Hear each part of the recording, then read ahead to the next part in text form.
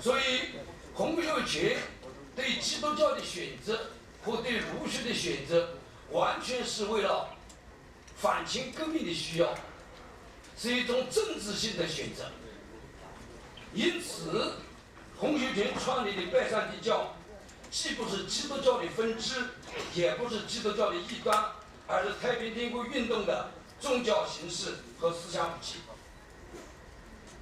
洪秀全的思想结构比较复杂，它是一个动态的流变的过程。我觉得它的结构有5个层面。第一个是主导层面，从洪秀全一开始反清，到最后牺牲，反清革命始终是他的主导思想，他一直坚持，从来没有妥协和让步。第二个，淡化层面，就是平等和平均的思想。因为洪秀全的出身是在农民比较贫困的群体之中，所以他同情弱者，同情下层民众的苦难，所以他觉得自己是贫苦民众的救世主，所以他希望建立的太平天国是一个四海一家、太平一统的天下。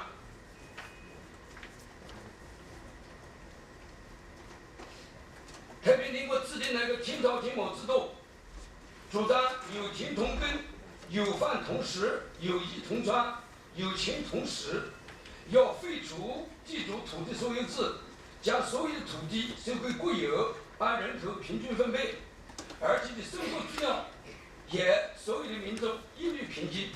他想建设一个通天下皆一式的这样一种生活方式，实现无处不均匀、无人不饱暖的太平世界。但是呢，洪秀全到了南京以后，他这个平均和平等的思想逐渐的淡化，他走向反面了。他是开始把劳苦民众的利益渐渐的淡忘了。所以第3个层面就是皇权主义。洪秀全一开始就自命是天王，所以他实际上按照中国传统的封建君主专制来复制了太平天国的政权。所以洪秀全呢，他的皇权一开始他受到了限制，受到了挑战，但是他坚持他在法理上的绝对的皇权。等到天津事变，杨秀全和萧朝贵死了以后，他收回了所有的权利，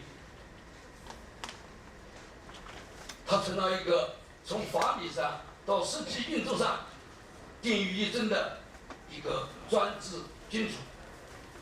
他的皇权主义发展到了极致，因为皇权主义发展了极致，太平天国就不是洪秀全一个人有皇权主义，整个的领导集团都有，包括地方的那些将帅也有，所以大家都有皇权主义，都要做这个夺揽这个权利。洪秀全想在整个的太平天国，在地方上想在一个地方，所以太平天国的后期，民众的利益丢掉了脑后，他想到的就是自己的一个集团性的利益，所以这个皇权主义呢是不断的强化。另外呢，洪秀全的思想第4个层面是宗教神学层面，就是拜山地教。这个拜山地教是洪秀全创立的，他是天王，他又是教主。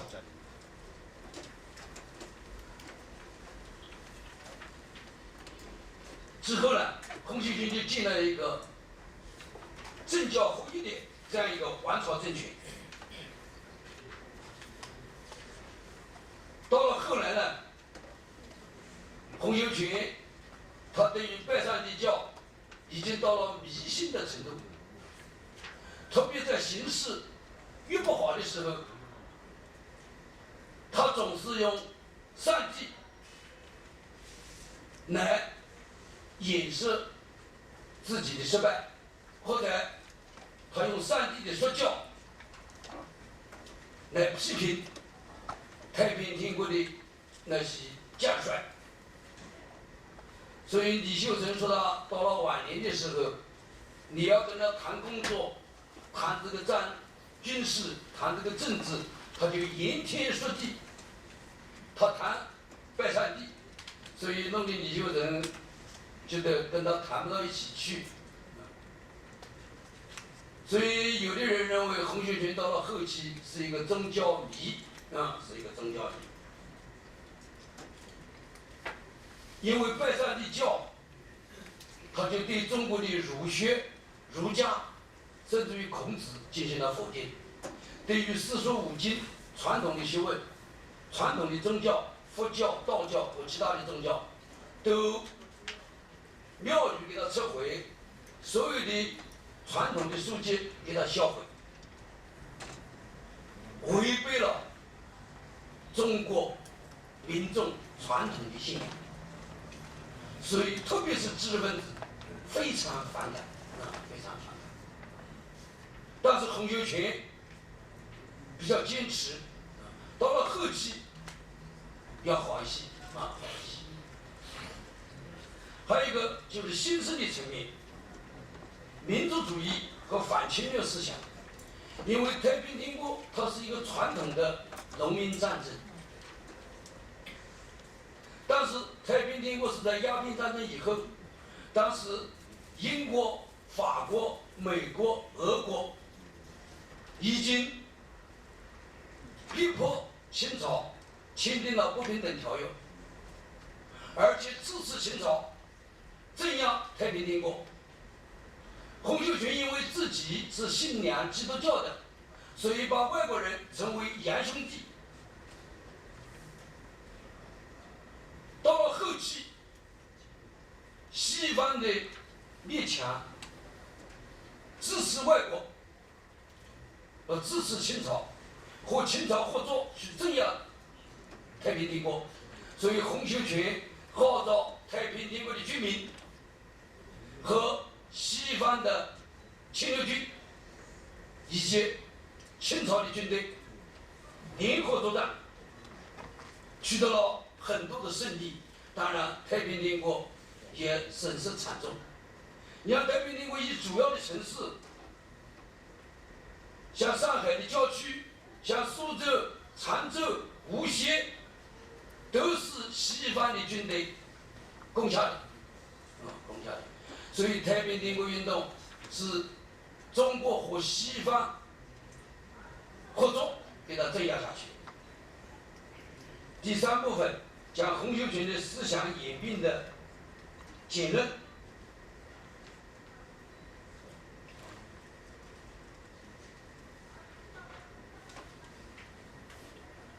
洪秀全的思想，它基本上是一个传统的思想。我刚才说的就是5个层面组合的，其中反清革命的层面始终主导了洪秀全一生他的世界。至于他所设想的太平世界、平均平等的那个社会，慢慢的就淡化了。我们所看到太平天国治理下的一个社会，不是洪秀全所设想的那样一个社会，而是一个农民他的地位没有得到改变的这样一种社会。清朝原来承认地主的土地所有制，太平天国后来也承认了，地主可以收租，政府可以交粮。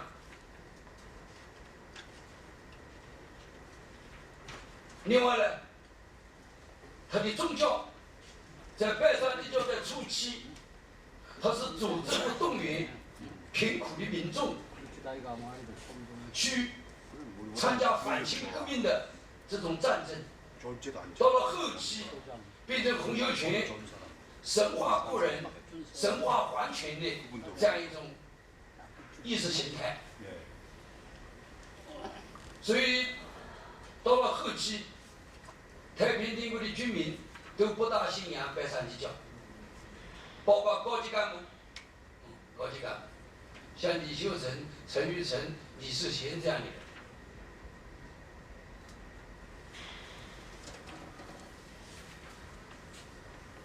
洪秀全到了晚年，不是到了后期，他有个堂弟叫洪仁玕，他在香港跟上海等了9年，他到了南京，他写了一本书叫《资政新编》，献给了洪秀全。洪秀全同意作为太平天国的政策和治国的方略，给他刻了颁发。他希望在中国建立一个现代化的国家。但是当时太平天国已经衰落了，另外太平天国里面也没有什么人知道现代化是什么样的内容，有没有人才，有没有资金。所以这个资政新编呢，是洪仁玕他带来的，他跟太平天国的传统的这个环境关联度不太大，不太大。但是资政新编在中国近代的思想史上意义重大，它是第一个全面的中国现代化的纲领，比后来曾国藩、李鸿章他们搞的洋务运动层次要高得多，因为他主张学习西方的资本主义的制度，不仅仅是生产力，希望学习他的法律、他的政治制度。所以洪仁玕应该说是太平天国最开明的、最先进的，也是当时中国最开明的、最先进的思想家。洪秀全很可贵的是，他对于蒸汽机、对于铁路、对于这些西方的东西，他很感兴趣，而且他批准了资政新编，说明了洪秀全的思想还是比较开放的，比清朝的皇帝要进步得多。第5个，洪秀全的主导的太平天国运动的社会实践。我们刚才谈的是洪秀全的思想，洪秀全是一个思想上的巨人，在行动上跟思想有很大的差距。这个一般的人都是这样，我想多么美好，实际上不见得能做到，能做到。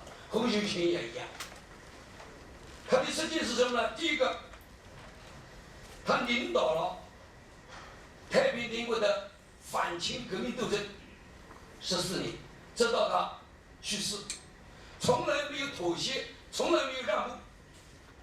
所以他是中国近代史上，毛泽东说他是睁开眼睛看世界的第一个人，他和林则徐一样。第2个，洪秀全号召太平天国的居民人人奋勇与外国侵略军血战，来确保太平天国事业的成功。在洪秀全的号召下，太平军的武器落后，但是不畏强暴，作战勇敢，英勇抗击了外国侵略军的武装干涉，取得了多次的胜利。太平天国居民的爱国和反侵略的精神，为中国人民世代传承和弘扬，成为近代中国民族主义的重要源流，鼓舞和激励着世代中国人奋勇的投身反对帝国主义的侵略，争取民族解放和国家独立的伟大斗争。这一点跟我们东学农民革命可以媲美，可以媲美。第3个，洪秀全的反清革命思想和实践，特别是他平均分配土地的政策，对后续的革命运动产生了深远和积极的影响。你比如我们民族民主革命的伟大先行者孙中山、孙逸仙，他自称是洪秀全第二，他的反清革命继承了洪秀全的理念和太平天国的实践，他的平均地权继承了太平天国的天朝天母制度，包括中国共产党从太平天国里学习了如何的组织和动员农民，使他武装起来去推翻国民党的统治，去抗击日本侵略者，直到取得民族民主革命的伟大胜利。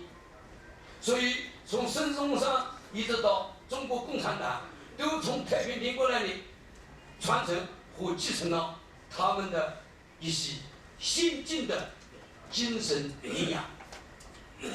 第四个，洪秀全的和太平天国的实践有很多缺失和教训。一，军事指挥屡犯战略错误，所以他取得了很多次的战役的胜利，但是没有能够改变战略力量的差距，最终被强势的中外敌人所镇压。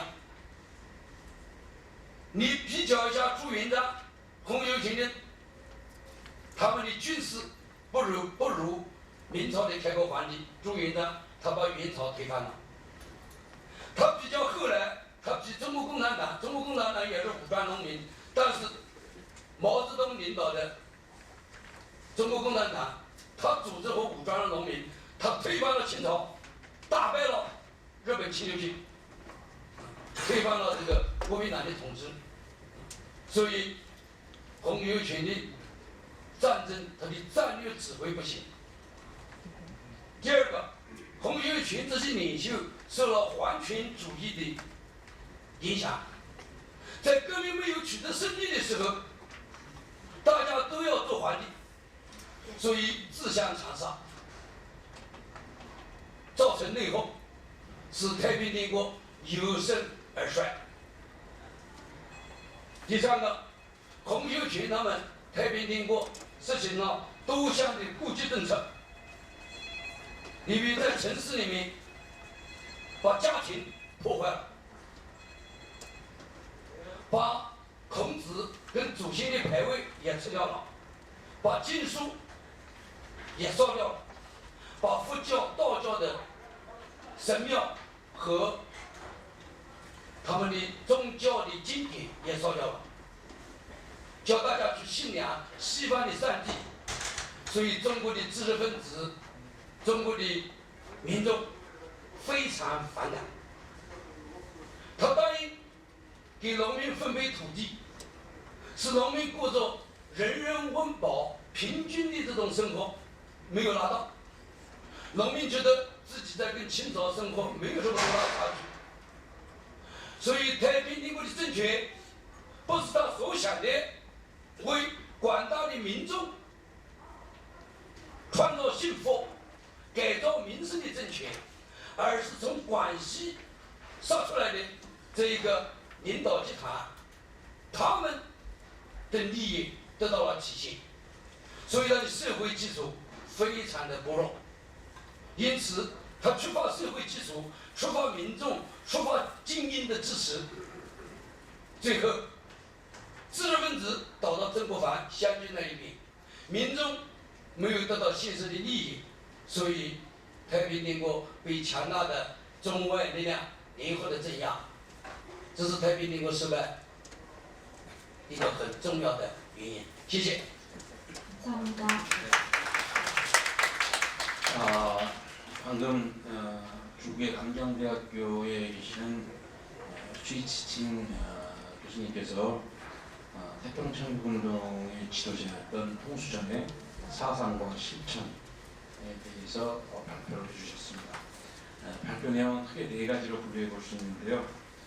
홍수전 사상의 연원에 대해서 살펴 주셨고, 그다음에 그 내용과 구조를 정리해 주셨고, 그다음에 그 사상이 어떻게 변화했는지도 정리하셨습니다. 그리고 마지막에 가서 홍수전의 사상이 태평천국에서 태평천국 사회에서 어떻게 실천에 옮겨졌는지를 정리해 주셨습니다.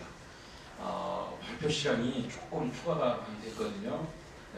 그래서 좀 발표 시간을 좀 준수해 주실 거를 좀 부탁드리면서 바로 이어서 두 번째 발표를 진행하도록 하겠습니다. 두 번째 발표는 경기대 명예교수로 계시는 노태우 교수님께서 공항농민혁명 최고 지도자 전봉준의 사상과 활동에 대해서 발표를 해주시겠습니다.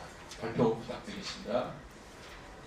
제가 얼마 전에 링크종을 알아가지고 머리가 없는데 관계가 됐습니다. 양이 지금 머리 모자를 벗고 계십니다. 미안합니다. 실례가 되는 줄 알고 모자를 쓰고 있었는데 좀만 쓰고 있었습니다. 그러면 시간 되는 데까지 제 논문의 요지를 간단하게 설명드리는 것으로 하고 우리 김정전 교수님께서 아주 토론문을 준비하셨기 때문에 그때 가서 또 보충 설명 좀 하는 걸로 그렇게 하겠습니다. 제가 이 동학 사상, 동학혁명에 관심을 가지게 된 것은 제가 이 대학 다니면서 우리가 어떻게 이게 통일을 분단된 그 이념으로 이렇게 분열된 이 민족을 하나로 통일할 수 있을까? 그때는 그 냉전 상황이었습니다만 이 남북의 이 이데올로기를 이렇게 통합할 수 있는 그 제3의 어떤 그 평화 통일 정치 사상이 없을까? 이런 생각이 들었습니다. 이 김성찬 교수님께서 이 토론문에 보면 그 당시 분위기가 그랬던 것 같습니다. 이 북쪽을 편을 들면 유물사관 위주의 연구를 하면 그 자경 그 모험주의 이런 그 냉동주의 이런 소리를 들을 수 있었고 한편 학문적으로 연구가 되어야 함에도 불구하고 또 우리가 남쪽 이렇게 자본주의 이런 그 관련론 위주로 또 연구를 하면 또 학문적 시각에서 보면 그 위기회주의자로 보일 수 있습니다. 참으로 이 냉전 논리에서 이게 우리가 이 생활의 정치가 아니고 생존의 이런 우리가 학문 교육을 두고 제가 80년대 초에 동학에 관심을 가지고 이 평화통일 사상을 한번 연구한다는 그 자체도 상당히 이렇게 분위기가 상그러운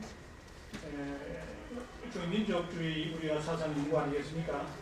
지금 여기서는 자유민족주의로 인내천 이념에서 우리가 이 남북 통일을 하는 어떤 그 새로운 어떤 방향을 정치 어떤 그 사상 노선을 표방해야 된다. 이게 이제 결론이 되겠습니다만은 아무튼 그 당시에는 민족주의로 이야기하면 이 집단을 이야기하기 때문에 이렇게 민족, 집단주의로 보기 때문에 영공자격으로 몰리는 그런 분위기였는데 그러나 저는 인내천 사상을 갖고 동학사상을 가지고 한번 남북을 아우를 수 있겠다. 인내천 우리가 이런 한국민족주의, 자유민족주의로 통일을 했으면 좋겠다. 그래서 일찍이 천하피해자입니다만은 이 동학혁명에 관심을 가졌었고 그러면서 우연한 기회에 중국의 그 태평천국을 또 접하게 됐습니다. 우리가 이 관심을 갖게 되는 것은 중국은 어떻게 됐든지 간에 이 태평천국 이런 그 일종의 중국의 어떤 전통적인 아주 그 자생적인 일종의 민족주의 사상으로 중국을 통일하고 신중국을 건설하지 않았습니까? 그래서 우리도 이 통합사상을 가지고 남북을 이렇게 통일할 수는 없을까? 이런 생각이 들면서 우리 통일한국의 건설을 위해서 이 태평천국가 통합혁명을 민족주의, 이 정치 사상의 측면에서 관심을 가지게 되었습니다. 조금 전에 이게 발표에 우리 최 선생님, 남경대학 교수님 발표 중에 보면 결론 부분에 송문 선생이, 풍산 선생이 자기는 제2의 홍수전이다. 이렇게까지 이야기를 했고, 또 그 삼민주의의 민생주의는 사실상 우리가 태평천국에 이 조금 전에 이 균전 또는 또 평균 집권, 경제와 유전 사상입니다. 모택동이 진중국을 건설하고 토지개혁을 시작하는데 이 양장 일대는 토지개혁 할 게 없었다는 거예요. 벌써 홍수전 당시에 토지개혁이 다 이루어졌어요. 그래서 민생주의 부분은 삼민주의로 보면 그게 나타나 있습니다만 사실상 홍수전에 이런 이게 조금 전에 전무제로 이렇게 이야기했습니다만 그 사상을 그대로 우리 원했다 이렇게 말할 수 있어요. 한편 우리가 이렇게 흠모에 나지 않는 양안에서 대만이나 우리가 또 대륙의 본토에서 손중순 공산의 국보로 모시지 않습니까? 그분이야말로 이 공산주의 유목사안에서 보면 일종의 부르주아 저기 민주주의를 표방하는 그런 우리가 사상가로 볼 수 있을 거예요. 결코 사회주의자가 아닙니다. 그럼에도 불구하고 오늘 중국에서 국보로 모시고 있는데 아무튼 그런 시각에서 저는 이 태평천국 사상에서 많은 것을 배울 수 있고 그런 또 우리가 신중국 건설을 두고 통일한국을 우리 건설하는 데 있어서 동학 사상과 비교를 하면 여기 지금 우리 제목이 동학혁명의 과거, 현재, 미래. 미래는 저는 그 민족의 평화 통일로 알고 있습니다. 그런 측면에서 이 양 사상을 비교한 것은, 양 혁명을 비교한 것은 매우 의미가 있다. 시적절한 그런 내용이 된다. 이렇게 생각해서 관심을 가졌고, 한편 오늘 그 주제가 우리가 공산주의, 중국의 태평천국과 조금 그 표현이 경우에 따라서는 좀 상고른 점이 있습니다만은 그러나 우리가 민족주의 또는 사회민주주의 우리가 뭐 개혁 독재나 폭력혁명이 아니고 그런 시각에서 본다면 또 우리가 얼마든지 비교를 해서 또 우리가 발전시켜 가야 할 부분은 저는 또 이렇게 연결을 갖고 또 이제 공부를 해가야 된다고 생각합니다. 제가 이 유감스러운 것은 그런 측면에서 이 원고 제가 이 주제의 위촉을 받아서 이제 밖에 되면서 제가 응답을 한 것은 마침 김대중 정부 때 제가 북쪽의 천도교 청우당 초청으로 제가 천도교인이기 때문에 그 종단 우리가 대표 일원으로 북쪽에 뭐 2, 3차 갈 계획이 있었는데 그때 그 북한의 사회과학원 교수가 김길신 이 박사가 저한테 동학 가보농민전쟁 백돌 기념 논문집이라고 하는 이런 그 책자를 주었어요. 이 논문집을. 마침 제가 이걸 다 읽었기 때문에 또 중국의 태평천국과 비교한다고 하는 이런 또 국제 세미나인 것을 두고 제가 수락을 했습니다. 그래서 제 논문은 이 논문 저수를 중심으로 뭐 경우에 따라서 또 태평천국은 제가 개인적으로 또 관심 가지고 있는 부분을 두고 조금 이렇게 참고를 하는 그런 논문을 썼는데 이 보니까 참고 원원도 또 각주도 이 북쪽에서 내용은 북쪽 그 거리 만든자만 다 빠졌어요. 이 제일 뒤에 보면 그 20세기에 우리가 지성이라고 할 수 있는 에릭 홉스버건이 얼마 전에 돌아갔습니다. 이 사람이 세상을 떠나면서 그 후손들에게 읽어야 할 3가지 전술을 이야기했어요. 그 첫째가 칼 마르크스의 공산당 선언을 읽어라. 둘째가 도스토옙스키의 제와프를 읽어라. 세 번째는 위스턴 휴 오든, 영국 시인인 같은데 이 시를 읽어라.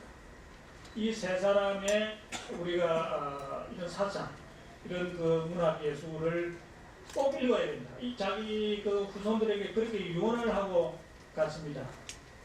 그런 측면에서 저는 뭐 공산당 선언을 번영을 하는 건 아닌데 제와프를 가지고 제와프이 도스토옙스키가 그가 교인인가는 모르겠습니다만 아무튼 기독교적인 그런 무저항주의 그런 그 반항 사상 거기다가 이제 종교적인 신비주의 색채를 또 우리 동학 농민전쟁도 우리 동학이라고 하는 이런 좀 이따 설명이 될지 모르겠습니다만 그 신비주의 외표를 입히지 않습니까?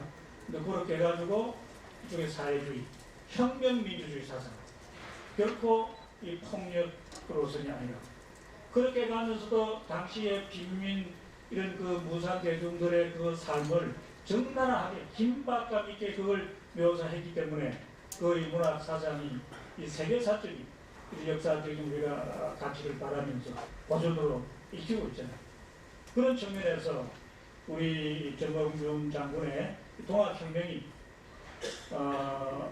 비록 실패했지만 그가 이 동학농민혁명을 주도하면서 그 우리 소외된 농민 그 수공업자 이런 비민 무산 대중들의 그 권익을 대변하기 위해서 이렇게 실천하고 또 이렇게 순교하는 조금 더 이렇게 이렇게 굴하지 않고 비겁하지 않고 우리가 용감하게 이렇게 애도하는 마음으로 일대기를 우리가 이렇게 사는 장식은 이런 반제, 반침략 이민족 운동사의 정봉준 장군이 주도하는 이 동학혁명은 세계 민족 운동사예요.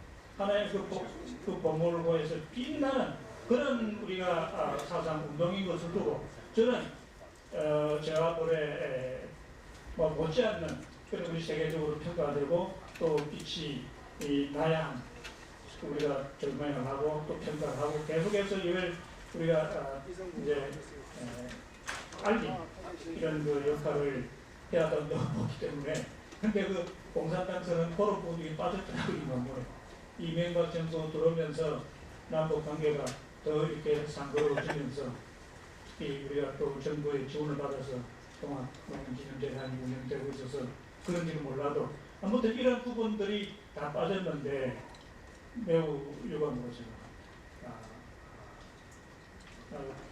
지금 이제 그런 부분이 우리가 해결되지 않고서는 이 동학사상도 제대로 조명이 되고 평가되기가 쉽지 않겠구나 이런 생각을 하는데 아무튼 제 논문은 북쪽에서 우리가 동학 농민혁명을 어떻게 생각하고 있나 하는 그런 그 연구의 현황이 이 책에 저는 다 이렇게 11편의 논문입니다.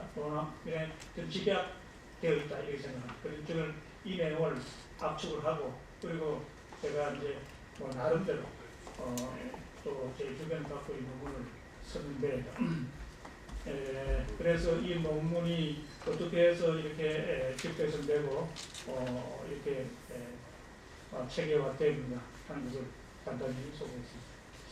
자, 그러면 왜 정봉준 장군이 우리가 이 시대에 우리가 이렇게 재평가되어야 되는가?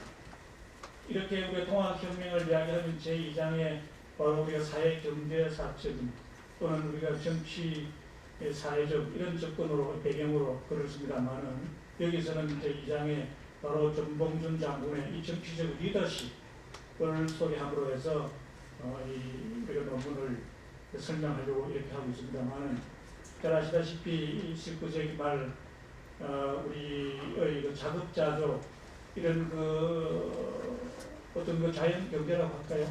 이런 것이 일본을 비롯해서 외세의 이런 자본주의 침략이 되면서 이 우리의 경제 체제가 순식간에 무너지지 않습니까?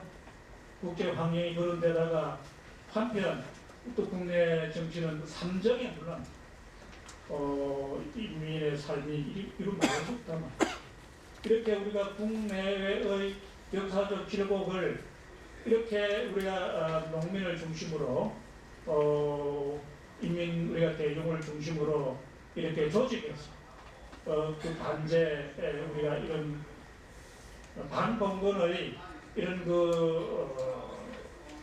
한국 민족주의를 이렇게 표방할 수 있었던 그 리더가 바로 전봉준 장군이었다. 여기 좀 우리 김 교수님께서 도론문에 전봉준 장군의 뭐 카리스마 이렇게 이야기를 하시면서 더 이렇게 평가할 왜 이렇게 부각이 돼야 하는지를 묻고 있습니다만 아무튼 그가 뭐 이렇게 전략 전술자 말은 우리 공주 우금치에서 우리가 패배해서 동학의 1년간의 이런 동학의 반봉건 반침략 전쟁이 이제 그 종말을 또 하는데 전주를 점령하면서 김계남 장군은 바로 서울까지 우리가 진격해야 된다 이렇게 이야기를 했어요.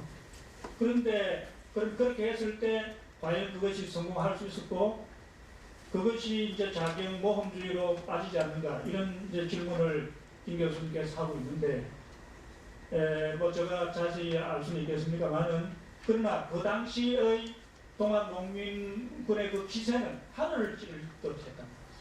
그리고 일제가 이렇게 우리 왕궁을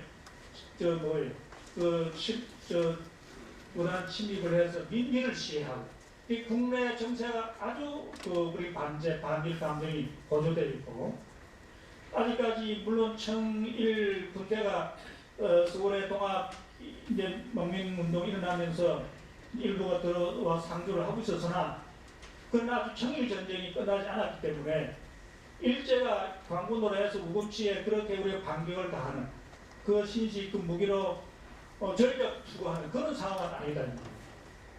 그 정면에서 우리가 서울까지 들어갔더라면 또 전국적인 또 우리가 관심을 가지는 것은 또 여기 지금 300만 농민 동학 농민군을 이렇게 이야기해 이런 숫자가 어디서 나오는가 이야기하지만 저도 이게 이제 김길신 교수의 글에 과거 농민 전쟁의 뭐 성격과 뭐 이런 거 특징 뭐 평가 이 글에 그런 게 나오는데 전국 8개 도에서 85개 지역 농민군이 일어났다는 겁니다. 다 분리했다는 겁니다.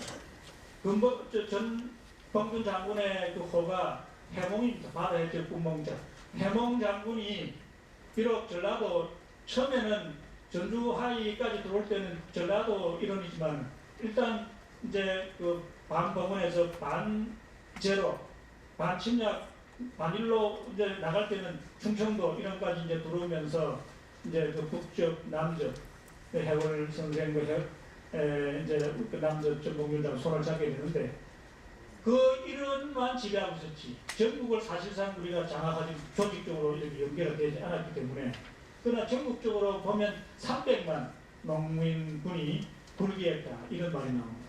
그랬다면 서울까지 들어갔더라면 전국적으로 인해 또 그 형성이 돼서 어떤 우리가 한국 그 정치 또 그 환경이 권력 구조가 이렇게 변경이 됐는지 그건 알 수가 없다. 저는 이제 그렇게 봅니다.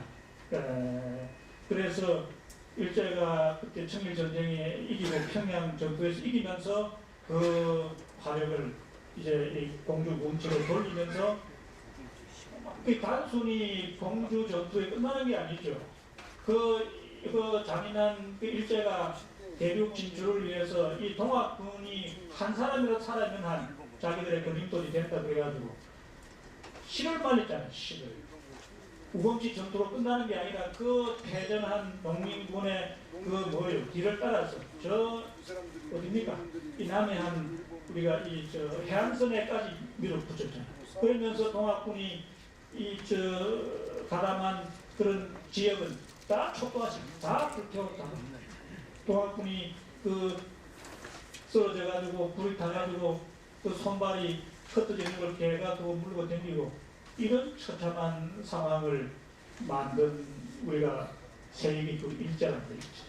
그래서 이런 걸 우리가 생각하면 그대로 우리가 공격을 했더라면 한국의 근대사 역사가 또 달라지지 않을 겁니다. 저는 그런 생각도 해봅니다. 결코 이것은 조금 전에 그 전략 전술의 이런 부재 그리고 우리 국제 환경을 제대로 볼 수 있는 그 무기의 우리가 이제 당시 동아농민 지도력의 한계를 두고 단순히 뭐 자익 모험주의다 뭐 이렇게 표현하기에는 조금 그거는 경우가 다르다. 좀 그렇게 이제 보입니다. 그런데 이런 한심이 어떻게 나올 수 있는가?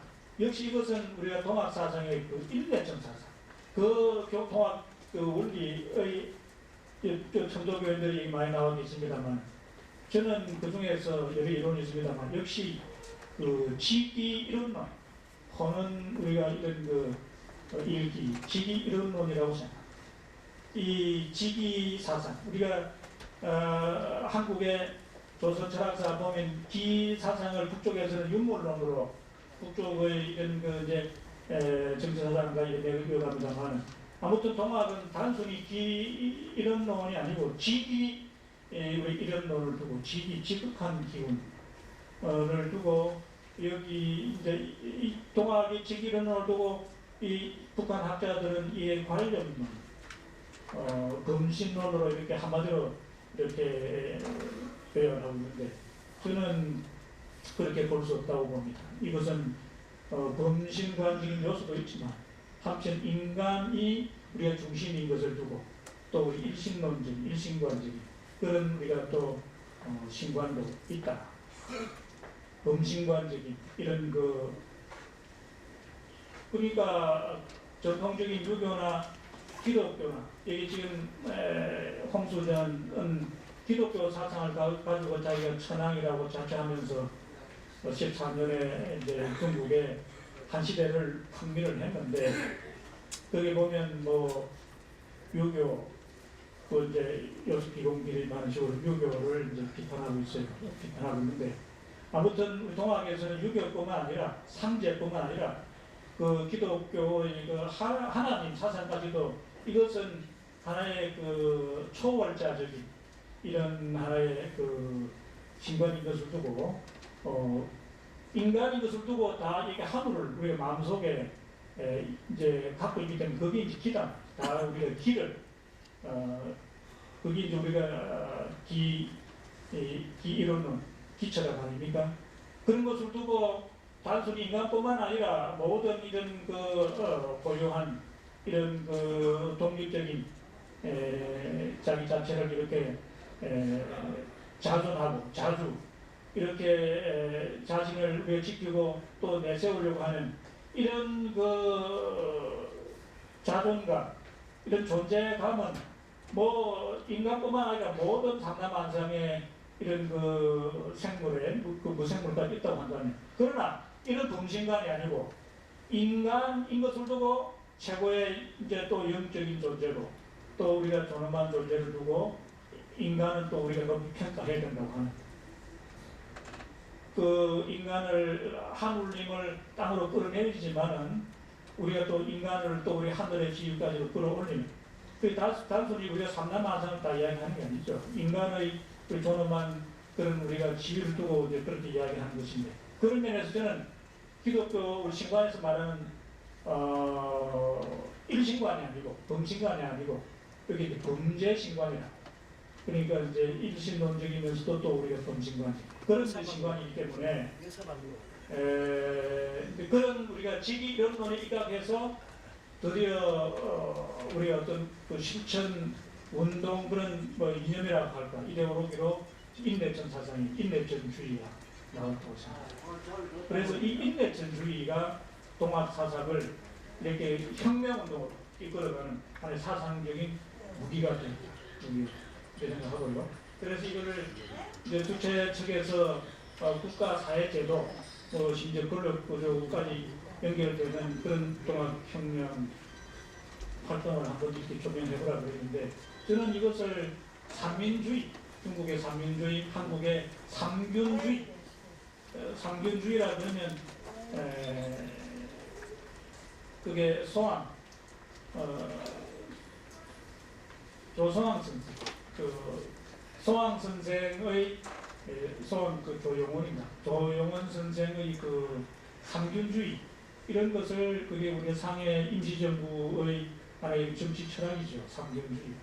그 삼균주의에 입각해서 이렇게 민족주의, 민권주의, 민생주의 이렇게 나누어가지고 이렇게 국가 사회 제도를 제도 법 구조, 권력 구조 그 자체로 이렇게 요구한 건 아닙니다만 사상적인 측면에서 하기사 1개월 동안 우리가 이 전라도 1도 53개 군에서 집감소를 만들어서 개정개혁을 실시했는데 중국에 14년 오랜 기간 하고 국경 일원을 빼고는 중국 사실상 지배했거든.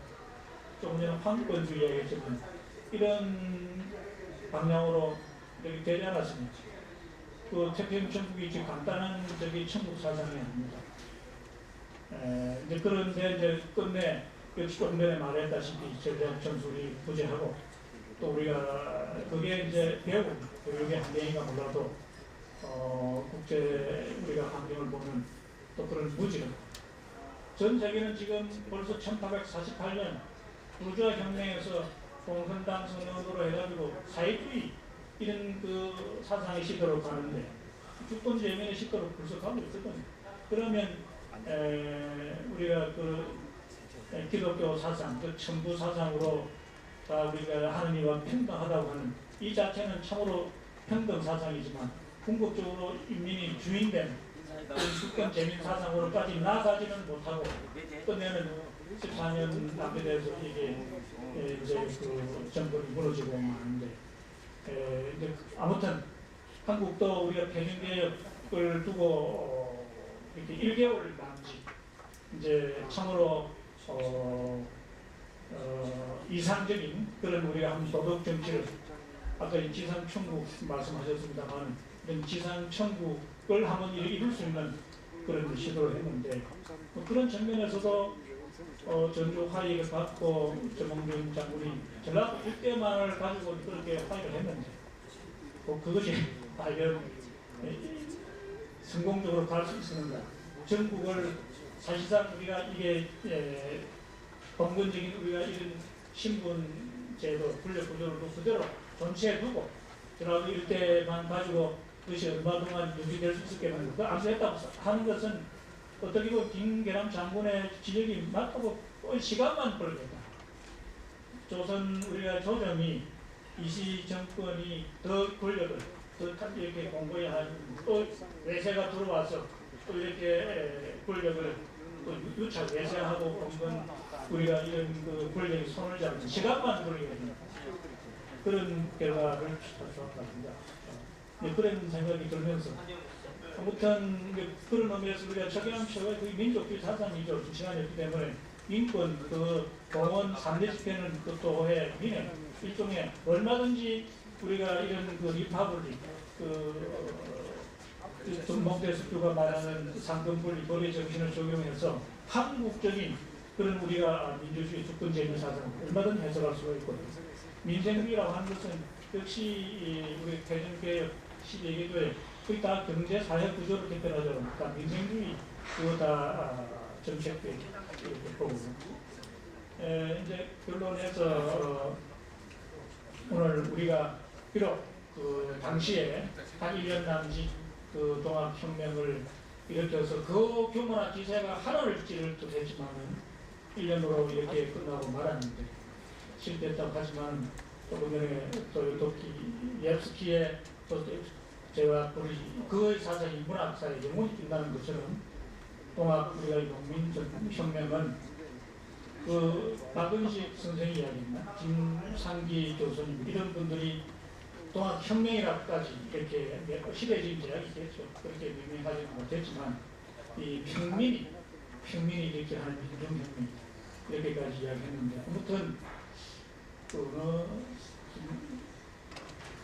교수님과 아시아의 3대 우리가 이런 우리가 민족 운동사에 남는 혁명이 태평천국, 우리가 용민전쟁, 인도의 그 18 폭동, 동학의 이런 그 동학혁명, 이세 사상은 아시아에서 일어난, 세계사에서 빛나는 반제 민족 운동사의 우리가 그 핵을 끊는 큰 사건이다.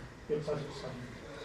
이렇게 이야기했습니다. 저는 결론에서 제 주관과 같습니다만 제1의 동학혁명이 정봉준이 이끈 이 동학농민전쟁이었다면 저는 제2의 동학혁명은 선도교가 주도했던 3.1운동이라고 봅니다. 자, 제3의 혁명, 과거 현대 미래를 두고 저는 민족의 평화통일, 민족의 평화통일을 위해서 오늘 여기 계신 여러분들이, 특히 동학농민 기념재단의 여러분들이 더 심혈을 기울이고 관심을 갖고 또 태평천국 비교하면서 또 우리의 세계사적인 그런 또 여러 가지 민중혁명이 많죠. 뭐 토마스 페인의 그런 또 인권 사슬, 뭐 이건 또 하여튼 그렇게 보면 우리가 미국의 오늘 미국의 그 우리가 민중사상도 토마스 페인 국부입니다. 그분의 사상과 활동을 갖고 또 비교를 한다면 우리 동학혁명이 그야말로 세계사적으로 업그레이드할 수 있는 이런 사상이 되고 그런 사상의 우리가 후광을 받고 얻고 민족의 평화통일을 앞당겨야 되겠다 이런 생각을 하고 있습니다. 감사합니다. 네, 수고하셨습니다. 태우 교수님께서는 전봉준의 사상과 활동에 대해서 농민혁명의 미래는 한반도의 평화통일에 있다라는 점에서 처단하셔서 넓은 나무로 조금 새로운 방법으로 전체적인 내용을 개발을 하신 것 같습니다. 물론 발표문을 공독하거나 읽고 하시거나 이거 전체적으로 이렇게 설명을 해주셨기 때문에 프로에 계신 여러 선생님들께서는 발표문을 참고해 주시기 바라고요. 앞서서 발표해 주신 추이스칭 선생님의 발표문도 한글로 번역이 되어 있어 발표문에 게재가 되어 있기 때문에 그 발표문을 참고하여 주시기 바랍니다. 이 워낙 주제가 큰 내용을 이렇게 짧은 시간에 발표하려다 보니까 항상 시간에 쫓기게 됩니다. 1부 동안 주어진 시간은 1시간 반, 4시까지입니다. 남은 시간은 한 20여 분 정도 남아있는데요. 좀 진행할 내용이 많이 있습니다. 물론 좀 힘드시겠지만 두 분에 대해서, 두 분의 발표에 대해서 지정 토론을 담당하신 선생님께서는 좀 시간을 좀 단축하셔서 지정 토론문도 발표문에 게재가 되어 있거든요. 그렇기 때문에 조금 간단하게 토론 시간을 좀 갖도록 하겠습니다. 이 두 분 발표에 대해서 지정 토론을 담당해 주신 분은 인제대학교에 계시는 교수님께서 김성찬 교수님께서 담당하셨습니다. 지정 토론을 부탁드립니다. 소개받은 김성찬 교수입니다. 저는 이제 그동안에 주로 태평천국사를 연구하고 공학에 대해서 사실 본의 아닙니다. 그래서 희망하는 바는 다음부터는 이제 재단에서 좀 더 정부의 지원을 많이 받아가지고 토론자를 최소한 2명은 해야지만이 학술 대회 다운 토론되지 않습니까? 다만 이번 기회에 제가 태평천국 입장에서 공학에 대한 글을 읽어보면서 그냥 흥미를 느꼈고 그런 시각에서 이제 발표자 노태우 교수님의 글을 정리해가지고 질문을 좀 정리해봤습니다.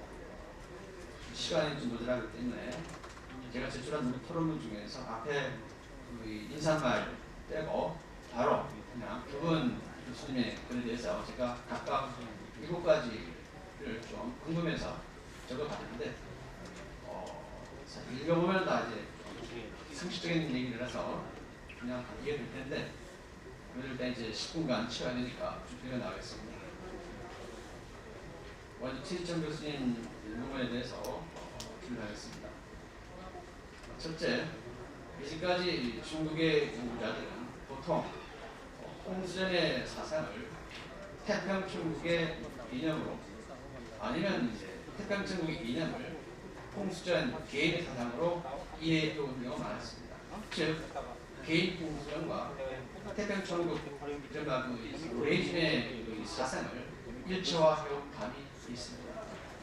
오늘 발표하신 글도 이 대상회의 교리를 평가하면서 특히 그 특징을 평가하면서 대상회교가 서양의 기독교 요소를 수용하면서도 그것이 서양의 기독교의 한 종류가 아니고 중국식 종교를 완전히 형벌할 때 됐다 했고 그렇게 된 것은 바로 홍수전 개인의 영향 때문이었다 이렇게 해석을 하고 있습니다. 그러나 제가 이제 사료를 읽어볼 적에 홍수전의 가장 중요한 사상 변화의 어떤 이 임팩트가 이상 꿈을 꾼 건데 그 꿈속에서는 이 천부, 이른바 홍수전 개인의 하늘에 있는 아버지라고 하는 개념인데 천부하고 천형, 하늘에 있는 홍수전의 형입니다.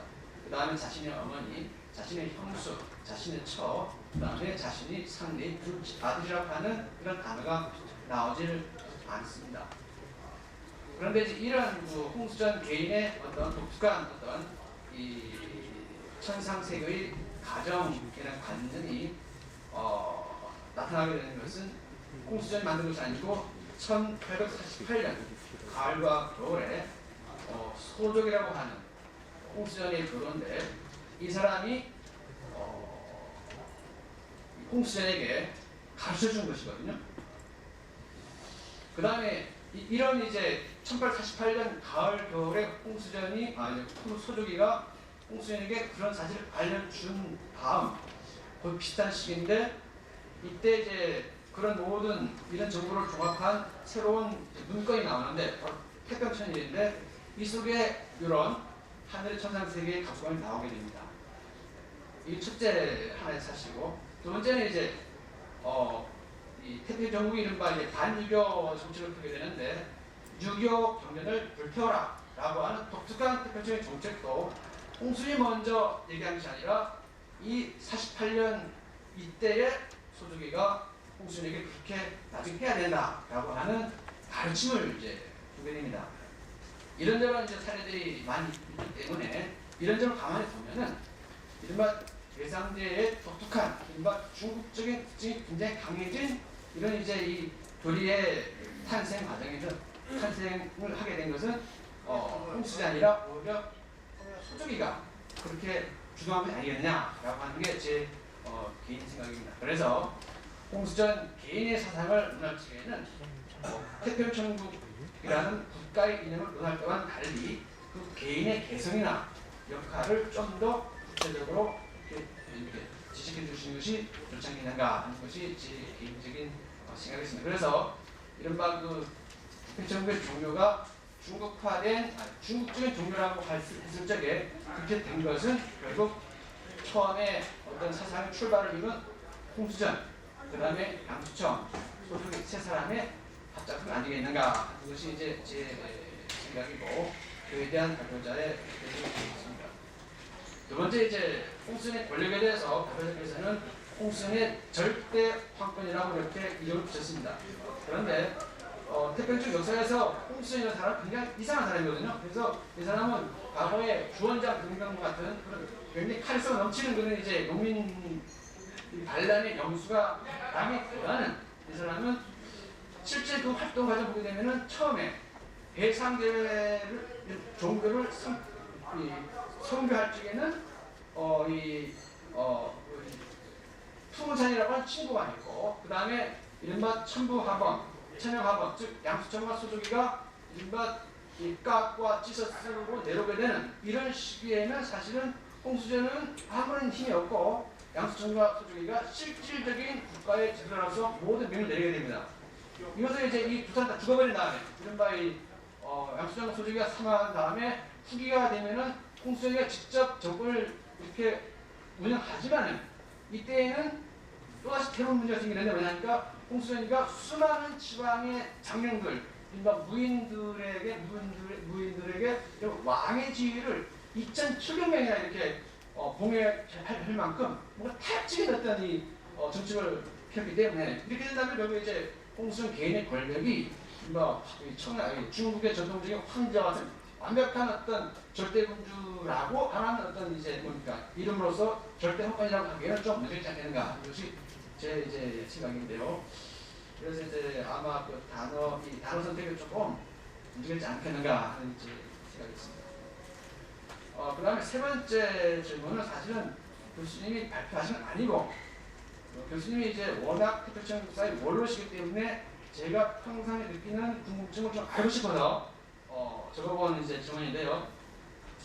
홍수는 이제 태평양국의 이른바 최고 지도자였지만은 아까 말씀드린 것처럼 정치적인 영향력을 발휘하지 못하고 일반 1853년에 청경에 들어와서 그들이 어떤 새로운 정부 확립했은 다음부터는 아예 뒤로 물러서가지고 종교 연구, 성경 연구로 들어가고 양수청의 모든 이제 핵실주적인 행정을 맡아보게 되거든요.